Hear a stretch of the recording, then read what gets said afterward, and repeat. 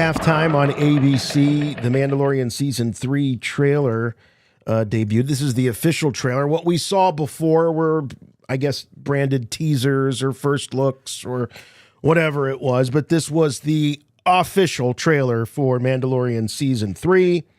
Here we are. We're starting off with a wide shot looking at a bunch of individuals hiking on the horizon there. It looks like sort of a mountainous, rangy area, almost desert-like. Could be one of two places, I'm guessing. We're looking at the planet Navarro, where Grief Karga hangs, and we'll see much more action going down on the planet Navarro as this trailer unfolds. Or it could be another planet that was referenced to in the Book of Boba Fett by the Armorer, when she says they survived the purge by hiding out on the planet Concordia. I was like, maybe it's Concordia, or maybe it's Mandalore. Maybe they're actually on the planet Mandalore, but wherever they are, it looks like some kind of wasteland, you know? So maybe it is Mandalore as well, because we know Mandalore was wiped out. But it looks like maybe, and I don't think we've seen these Mandos before. No. Yeah. It's a group of Mandos. It's like a Mando gathering. You have a red Mando, a blue Mando, a white and green Mando. This is just, a wet dream for Hasbro, really. I mean, this is what the CEO of Hasbro dreams about. Hey, can we use the same buck on all of those? That's great. We can use the same. We just got to paint them up a little bit different. Yeah. And, we got one mold and we got 20 different characters right there. It's great. I heard that the different colors, I know this is expanded universe stuff, but I had heard that the different color helmets mean different things. Like that you see these some white-faced troopers or Mandos, and apparently they're almost zealots in their hatred of the Empire, all things Empire. And the white helmet means they want a fresh start. And if you have a red helmet, that means something. If you have a green helmet, that means something else. So I don't know if they'll pick up on that. If you have horns on your helmet, you're a Mandalorian. Yes. That's what makes me wonder about the Armorer. She has those little nubby horns on top of her head. Was she a former Mandalorian? I hope these are questions that get answered. Yeah. But I like what you're saying, Jason, about these the armor. There's an orange there's the one. white-faced ones. Yeah. Two Mandalorian females, I'm assuming, because it's typically the females who have that visor that looks like Bo-Katan's. Right. Yes. Where the top of the T is kind of bent down. So it kind of has sort of a down brow sort of look, where it's the other's straight across on the T. Right on.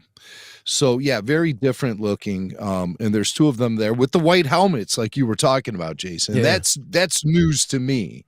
That's Mandalorian news to me. The white helmets signify some sort of resistance to the Empire or something along those lines.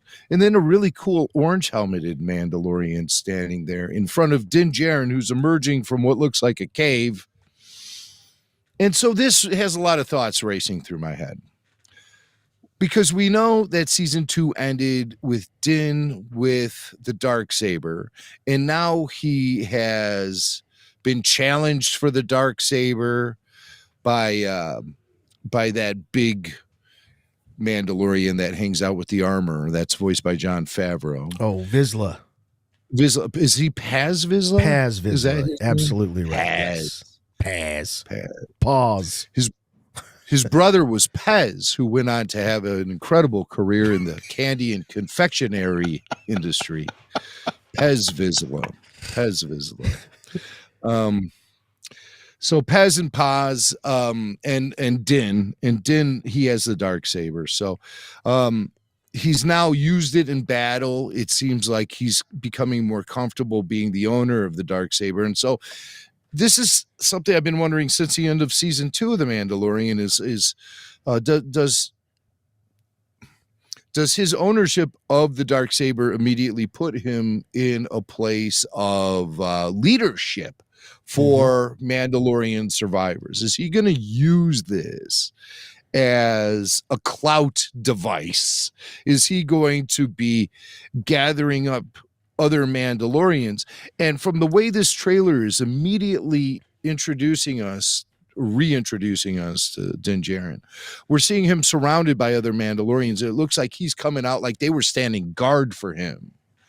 So I think he is starting to recruit, and the dialogue says something about our kind are scattered all over the galaxy. Yeah, he says our people are scattered like stars in the galaxy. What are we? Yes. What do we stand for?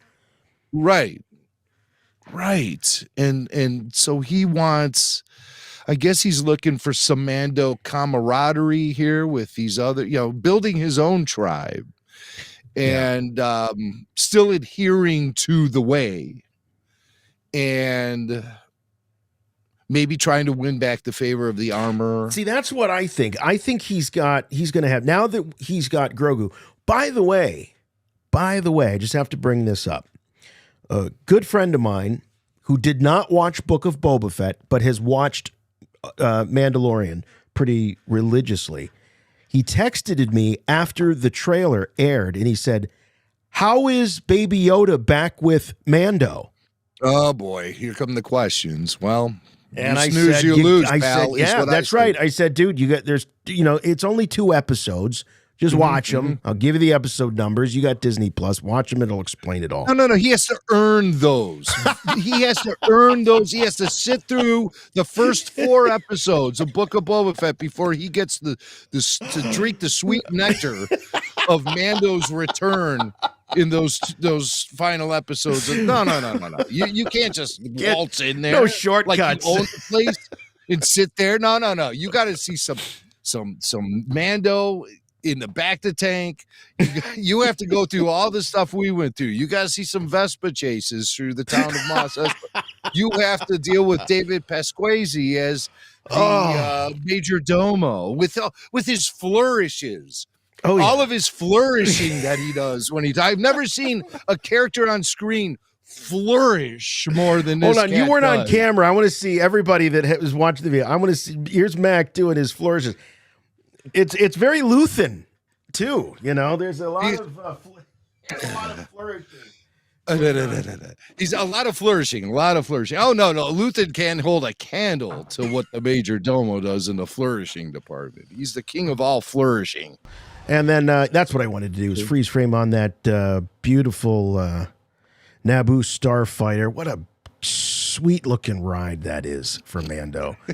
I got to tell you, I was a little skeptical because I was a big fan of his ship, the Razor Crest. Yeah, I was a big fan, but this is cool. What is that on the back? Can we see is that I can't tell if that's a droid in there or if it's Baby Yoda. I think it's Baby Yoda. It's very blurry, but I think it's Baby Yoda that's riding in that. Dome. Yeah. We'll notice as the trailer goes along that there actually is a droid that gets placed into that socket. But for now, it's Baby Yoda. Yes, and you can see that. What a trip it must be going through hyperspace in that little domed. Yeah. God, I know a lot of music fans that would love to be sitting in there listening to some Pink Floyd as that flies by. This is right there. That's the look. That's what I would do. That's the look on your face too, right there. Yeah. Yeah, that would be me. That's me in the Star Wars universe. This could be some earbuds and a ship that can make the jump to light speed, and I'll be just fine. That's the next ride I want at Galaxy's Edge is put me in the bubble and make me feel like I'm going through hyperspace. Put me in the bubble. They can call it the hyperspace bubble. You come right out of the cantina, go into the bubble. Oh, God. Sorry, sir, we have to clean up the bubble. So here are some clips we've seen before a few times now. What appears to be a sleeping or knocked out cold Din Djarin holding Baby Yoda on his lap as the ship is flying through hyperspace. Yeah. That's what it looks like to me. Yeah, I'm thinking there's some voiceover, so I don't. But you never know the way they cut these trailers whether the voiceover is from the scene you're seeing. Oh, you know what though? Wait a minute. There's movement. Hold on. He moves his hand. Oh, you know. Okay. But I think he could be napping. You're right. He could be napping. It looks like he's trying to fade away. You know. Yeah. And with the little baby cuddle Yoda, time. And look at that. He puts his little head back. Oh, yeah, he does. How cute is that? It's precious. Nap time. He reminds me of my dog. He really does. Did he come in for a landing? This looks like Navarro, right? This is Navarro. Yeah. Now, I think immediately I thought it was Naboo, just because of the domes. You see the domes, but it's not. It totally is not Naboo. This is a return to Navarro, where Greef Karga is the magistrate, and Navarro has grown and prospered since they left after the raid on that Imperial base. They meaning the Empire. From what I believe, Navarro is void of any sort of Imperial presence. After that raid on their base with the Mithril, I think the Empire got out of there, and they took their little cloning tubes with them. And so there's been a lot of urban development on the planet Navarro under the watchful eye of Greef Karga. Looks like this is like a little street market here. And I believe that's a protocol droid, a white protocol droid in the background. Oh, yeah, like the one we see on Hoth in Echo Base. And you know what's, is it me or see these pillars here on either side? Yeah. Don't they kind of remind you of R2's leg? Oh, with the blue marks. Yeah. Their architecture is a tribute to R2D2. That's why there's the domes. Right. Yeah. Another tribute. It's the astromech planet. And you have a white protocol droid in the street just acting frantically. He's like, I should not be here. He can't handle it. Kawaki and Monkey Lizard, they're always fun. They are always fun. I wonder if that guy's any relation. If he's a Crumb, is what I'm wondering. You know, he actually looks a lot like yes.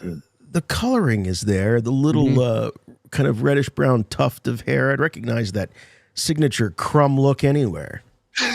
But I mean, really, don't we believe that Salacious B. Crumb perished when the sail barge was destroyed at the Carcoon Pit? Well, he got his butt burned by R2. Yeah, maybe he got out of there. You know, like maybe he's like, I'm out of here. Well, you know, I always wondered, as I got older, like when I was a little kid, I thought he was trying to eat 3PO's eyeballs, or his ocular sockets or whatever they are. And now I'm wondering, as I'm older, I'm like, what was he doing? Was he just trying to be a jerk with 3PO plucking his eyes? Just messing with him. All right, let's get back to the Mando trailer. Right. So Salacious got us off on a tangent there, but there in the background you do see R5D4 is tailing. Yes. See, look him back there. That's R5D4, and I believe he's the droid we see in the droid socket when Baby Yoda isn't sitting back there. And look at that alien there. Is that an alien, like an Ahsoka type alien in the background, just like over that woman's shoulder? Yeah, right there. I see that. I can't tell, but I do see an EV droid, like EV99 over there on the far right. With you see the two glowing eyes there. Always working at some sort of console on a podium. These droids are, He's so typecast. He can't get any other work. Right. There's a podium in Star Wars. There's an EV droid. Oh, man. All right. Let's see what we got. How many languages do you speak? All right. So there's R5D4. Sorry, I bumped up ahead. Here we go. Okay. So now we got Greef. in his. Don't give me grief, Karga. Yeah, check him out in his. What's his title here? Magistrate fatigues. We might call these. Yes, magistrate. Yes, and he has a protocol droid, and he's got a funky looking face. He's got like a 3PO body, but he's got those long fingers. Like, was it Afra? Dr. Afra has a protocol droid that has like long fingers. At least that's what it looked. Unless he's holding something, but he could be holding. He's got oversized hands, but the face looks real weird. I wonder if that's Chris Bartlett. I wonder if that's Chris Bartlett playing that, because he's like their go-to droid guy now, whenever there's a droid outfit that needs to be filled. And he also does all kind of funky alien characters and stuff too. But when it comes to protocol droids wearing all that armored plating, that would be Chris most likely. And is that the welcoming committee there? Is that a band? They look like they're celebrating. Yeah, they do, but they look like they're looking off in another direction. It appears they're looking off to the left. Well, maybe it's just background stuff. Right. Just to show like there's a lot of pomp and circumstance when Grief Karga comes out into the plaza. Yeah. And he's got his protocol droid in tow. I mean, that means that there's an important visitor coming, showing up here at Navarro. He's very respectable these days. And then look, you see in the background the statue of IG-11. There it is. His foot. Yeah. And so that was seen in season 2 when Mando stopped off at Navarro and dropped Baby Yoda off at school. That's Baby Yoda sitting there right in the back. He thinks he's going back to school. He's like, oh, damn, summer vacation's over. I was having a great time on my spring break with Luke Skywalker, making things float, doing flips. Ahsoka was there, and then we got to go to Mos Espa and fight a Rancor. And now I got to go back to school. This is going to suck. You might get some more of those cookies, though. Oh, he does love those cookies. Too much of them. That's bad news, though. But you see that statue of IG-88. He's standing on stormtrooper helmets. IG-11. IG-11. Yeah. Pardon me. I flourished just like David Pasquazi. Please accept my most humble apologies. Okay. So, and I think there's a power droid behind there as well. Yeah, there's a gonk. Yeah. As Mando reaches out to shake Grief Karga's hand. And that's Apollo Creed, son. Okay, there's the N1 starfighter. Appears flying through fog or clouds or merging from hyperspace. Maybe. There, I think, Jim. That's a storm. Yeah. That looks like he's got R5D4 in the back. Yes. At that point. Definitely R5. So like R5 is now Mando's droid, much like R2 was Luke's droid. R5 is Mando's droid. So who thought that R5D4 back in 1977, when his motivator was busting up all over the sands of Tatooine, that he would be teamed up here with some A-team level Star Wars characters 40 years later. You got Din Djarin, you got Baby Yoda, and you got R5D4. He's part of the gang now. Do you think we might see if Luke comes back, could we see a reunion between Luke and R5? And he could look at Mando and say, well, that's the astro droid that had the bad motivator. I think it would come back. Chump! It would come back out of him. He's like, oh, that one's a lemon. You're such a chump. You Mandos don't know how to shop for droid. But what would R2 be thinking? Oh, be man. Like, oh, there's that one. Look at that. So, yeah, there's R5. Yeah. Mm-hmm.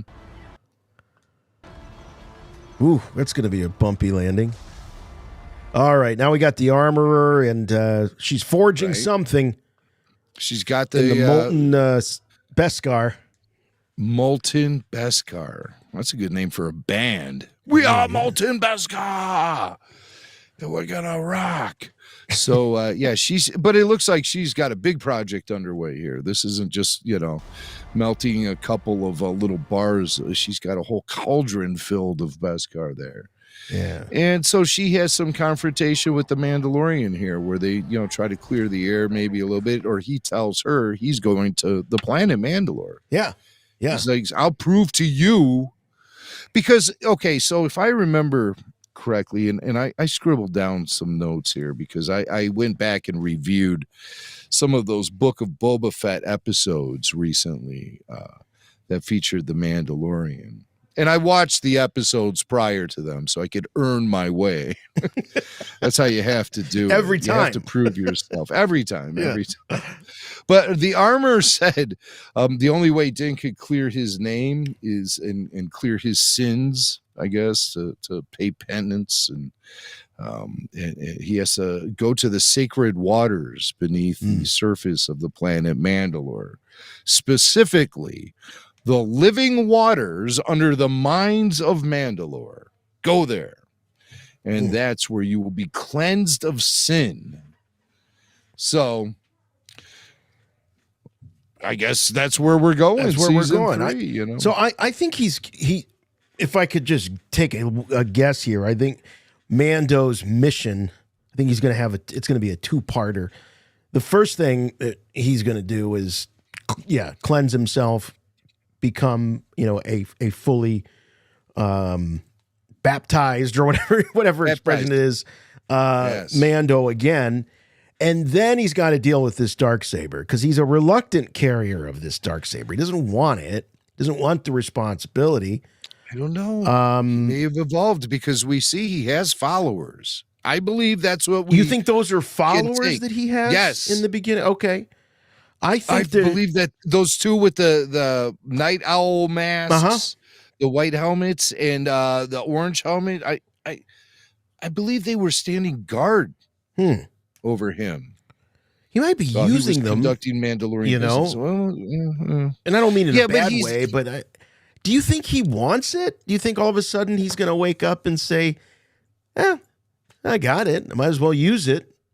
Maybe he has found a bunch of other Mandalorians who have been shunned because they have had to remove their helmet for some reason or another. Ooh, shunned. So they're on a pilgrimage now to Mandalore. So he doesn't have to do it alone. That could be. That's interesting. Yeah. That's an interesting idea. Right. I mean, it's got to be pretty hard to keep that damn helmet on your whole flipping life, Yeah. So there we see the city, the domed city. It's devastated. That happened during the Great Purge, the Night of 1,000 Tears, and the Empire just laid waste to the planet. Yeah, I mean, prior to the Death Star. Yeah, if this happened maybe in the original trilogy era, they would have just pulled the Death Star up and blown the planet up. Yes. But the Empire only had one shot at that before the Death Star was destroyed, and that was Alderaan, of course. But we know what damage, some Star Destroyers can wreak on a planet. Sure. We've seen that. Yeah. So. Yeah. But I mean, and of course, the Mandalore is just, in addition to this, has just been pummeled by its own history of civil war and all kinds of chaos and bloodshed. Well, they are the Klingons of Star Wars, let's face it. They are. You're absolutely right. They are. The Klingons. Here's a better shot of our. Klingons had cool foreheads. Mandalorians have cool armor. Yeah. That's the only difference. There's Pelly and one of the little mechanic droids. Pit droids. Yeah. And you get, then she says, "May the Force be with you." That's right. She does. It's just kind of confusing. There's little baby Yoda again, checking out some sights. This looks like, what are they? Maybe when they're coming into Navarro. Or flying away, because the next shot you see the fireworks. Oh, yeah. Okay, so now that's making sense because you were talking about the pomp and circumstance. I thought that might have been a band or some sort of welcoming committee. So Mando might be popping in for some sort of festival. They could be, who knows, maybe they're commemorating the anniversary of IG-11's moment, or it could be when Grief Karga became magistrate, and it's some sort of bash for him. Who knows? Right. It's like the Navarro Independence Day. Right. So, and of course, we know fireworks exist in the Star Wars universe, as we saw at the end of Episode 6, Return of the Jedi. Yes. When there was fireworks over the forest moon of Endor. Hey, is that Baby Yoda with the yoke of the N1 starfighter there? Yeah, was he holding? I think he was punching it. He was punching it. He was definitely punching it. Is Baby Yoda old enough to punch it? I think he is. Little Anakin hit the same button in that shit back when he was blowing up Trade Federation starfighters. So here we are at Coruscant. We haven't been to Coruscant on the Star Wars timeline. Oh, and look who this is. Dr. Pershing. Dr. Pershing. And a Macquarie 3PO. Or at least that's what it looks like. So Dr. Pershing, he's coming back. There he is. What's he up to? What is he up to? His boss, Gideon, is, as far as we know, still in Republic hands, getting shaken down. So what's he up to? Is this a clue that the hunt is back on for Baby Yoda? Well, I don't think it ever stopped. And this guy, he's out searching for answers. He's a scientist, and he's steeped in this research, the research that will eventually pave the way for somehow Palpatine to return. Somehow. And but I mean, they're gonna flesh that out, folks. And it's through characters like Dr. Pershing and shows like The Mandalorian, where some of these gaping holes in the sequel story are going to be filled in. Okay, there's Carson Teva. Yes. Captain Carson Teva. He's wearing his uniform, not his X-Wing pilot gear that we've only seen him in. Looks like he's wearing a badass bomber jacket, leather jacket with cool patches on it, one of them being the symbol of the Rebel Alliance, or what I would assume to be then the New Republic. Mm-hmm. New Republic. He's a ranger of the New Republic, maybe. Right. And this is where I believe some of those story ideas that were being developed for the canned Rangers of the New Republic show, I believe those storylines are going to be represented through Carson Teva and some of the things he'll be doing in this show. So, as we heard Kathleen Kennedy say, there were no scripts actually developed for the Rangers of the New Republic show, but the development that did go into that show is going to be absorbed by other shows like The Mandalorian, probably 100% by The Mandalorian. Maybe they should just do Rangers of the New Republic and throw Peli Moto in there as the Gina Carano role. Listen, I don't think you want that. I don't think I want that. And I know Peli doesn't want that. She wants to chill out there in her docking bay and hang out with her pit droids and just live a chill life with some, occasional late night visits from Jawas, but that's Peli. That's how she rolls. So we see, what's his name again? Is it Teva? Captain Carson Teva. Carson Teva. We just need to know where Wolf is. Wolf is his wingman. Well, he had a different wingman in Book of Boba Fett. It wasn't Wolf? Was it Book? Yeah, it was Book of Boba Fett. His wingman was the guy. He was a different X-Wing pilot, but he was the guy who was the stand-in for CGI Luke in the season 2 finale of The Mandalorian. Yes. Now he is propositioning Mando here, if these cuts can be believed. They do this in trailers, but it sounds like he's propositioning Mando. And this is, Jim, where I think what you were saying about perhaps folding in some of the Rangers of the New Republic stories and some of the plot lines is happening. And it looks like that Teva is trying to recruit Mando to, well, he's given him that speech of, contributing in a much larger way to the New Republic and that he could be useful. You know, they let him off.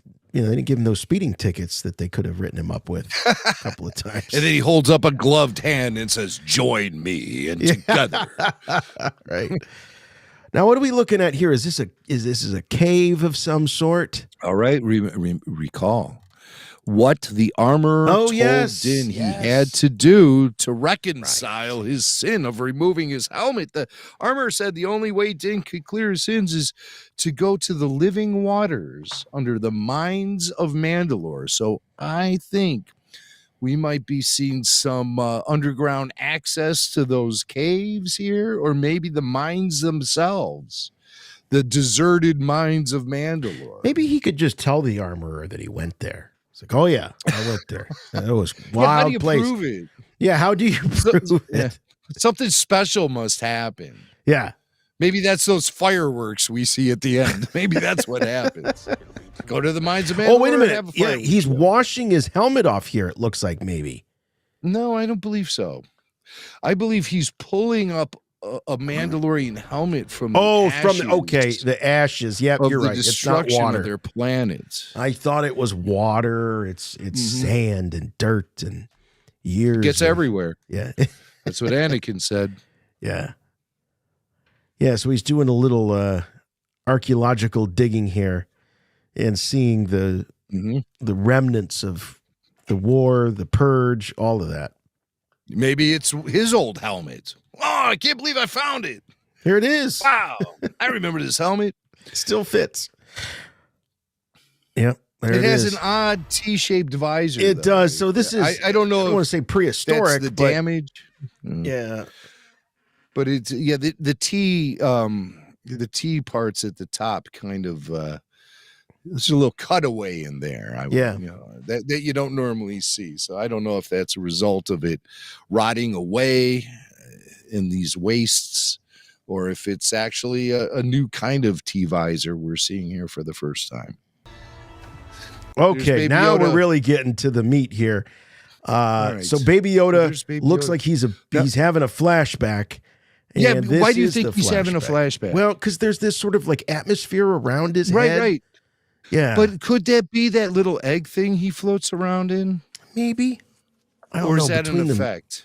I feel like it's an effect. I could be wrong, but then they go right into what must be a flashback. Right. Well, I felt like also maybe that was kind of like that effect Anakin was having when he was having those nightmares in Revenge of the Sith. Yeah. Of Padme crying and stuff. It sort of had that tunnel vision. Yes, look that's exactly right. The tunnel vision. So let's look at these Jedi in the what is clearly the halls of the Jedi Temple. I'd know it anywhere. This is very likely a flashback of Baby Yoda going back to Order 66. And Jim, you were saying, hey, it's time to, let's open up the mystery box. Let's get to the meat of what's the backstory of Baby Yoda. Maybe this is a sign that they're going to do just that. That's exactly what I mean. And there's two ways of looking at this sequence. You can see it as a moment where we're finally going to fully get the Baby Yoda story fleshed out, where we learn how he escaped the Jedi Temple and what happened in that 50 years of downtime when he was being hidden from the Empire, clearly, and the Inquisitors and what have you. And then there's another direction that a lot of fans have been talking about, is that maybe this is the moment when the Darksaber is taken from the Jedi Temple and returned to the Mandalorian people. Now, that's part of Star Wars lore that goes back to the Star Wars Rebels, where the story of Tar Vizsla was explained and how he was a Mandalorian Jedi who died in service, and his saber was stored in the Jedi Temple. The Jedi and the Mandalorian had a conflict, maybe over the Darksaber itself. And somehow the Darksaber was returned to the Mandalorians. And then it ended up in the possession of Pre-Vizsla, and then Darth Maul, Bo-Katan, Moff Gideon, and Din Djarin. That's the succession of the Darksaber as we know it. As we know it. But so a lot of people are talking. I don't see it that way. I don't see it that way because that's like ancient times, like thousands of years before the Mandalorian. And what we're looking at here looks like a set right out of the prequel era. Yep. With Jedi right out of the prequel era. So I think this is an Order 66 situation and the evacuation of Baby Yoda from the Jedi. Now, here's a question. Could this be, we were talking about Hayden Christensen, could this be a Hayden cameo? Hayden's been around. He's been in front of cameras for recent projects. Might we get a little Hayden back as, I guess we shouldn't call him Anakin, Darth Vader at this point in his siege on the Jedi Temple. Well, I guess that depends on who's on the other side of that doorway. Right. I'm guessing it's Anakin in the 501st. Yeah. It could be. It could be. Well, I mean, when they did the flashback in the Kenobi show, it was presented very similar to this. Right. And it was Anakin with clone troopers. So, why not? Why wouldn't it be any different than that show? We got the Jedi standing guard at the door, the Jedi Temple. Oh, look at these TIE fighters. These are fun. Looks like they're chasing Mando in the N1 Starfighter. Those are fun. Yeah. Those are from Return of the Jedi. Those are TIE Fighter Advanced. Yeah, with the pointy wings. Advanced TIE Fighters. Yeah. But take a look at what Din Djarin's flying. If the trailer is to be believed. Check out the ship he's flying. Well, you can't see it. You have to move forward just a little more. You'll see it. You'll see it as well. Oh, here we go. So, I don't know if you recognize what it is, but it's this. Oh, I have it backwards. This. Oh. It's a Mandalorian gauntlet shuttle. It parks like that. Right? What the hell is that thing? So you don't recognize it. I don't recognize this at all. It was sold during the Clone Wars era, but only in Canada.